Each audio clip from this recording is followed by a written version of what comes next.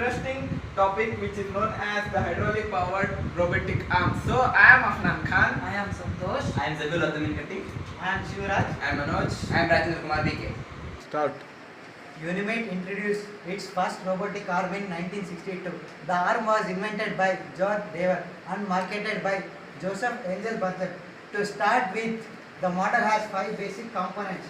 First one we have the base, and second one we have the supports, and third we have the 2 lever arms, and fourth we have the one mobile arm, and finally we have the syringes.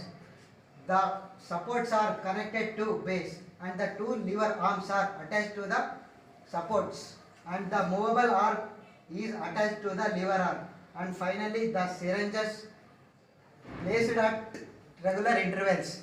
The major role in this model is of water.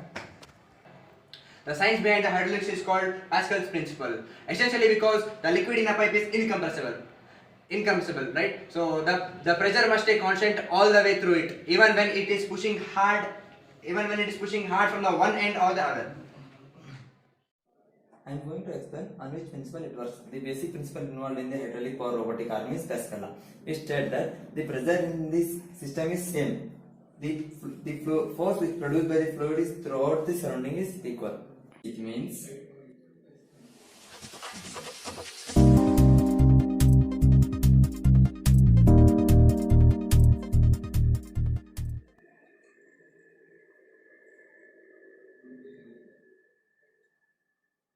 smaller piston produce small force, larger piston produce large force. I am going to explain the working of the model. Model is the replica of the prototype. Works use high fluid pressure created in a pump to force a piston in a cylinder to move.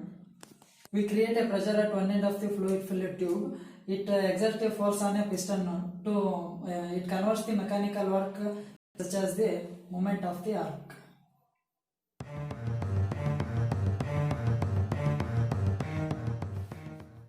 One end and the in the fluid filled tube. So start.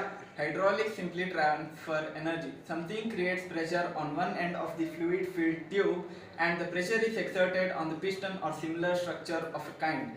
So you can create or make a new or advantageous mechanical model which can facilitate the work very fast with accuracy and which reduces the human independency. Therefore, this pressure which is exerted over a large area is produced on a smaller point. So to explain about the uses, its applications will be continued in the next part of the video.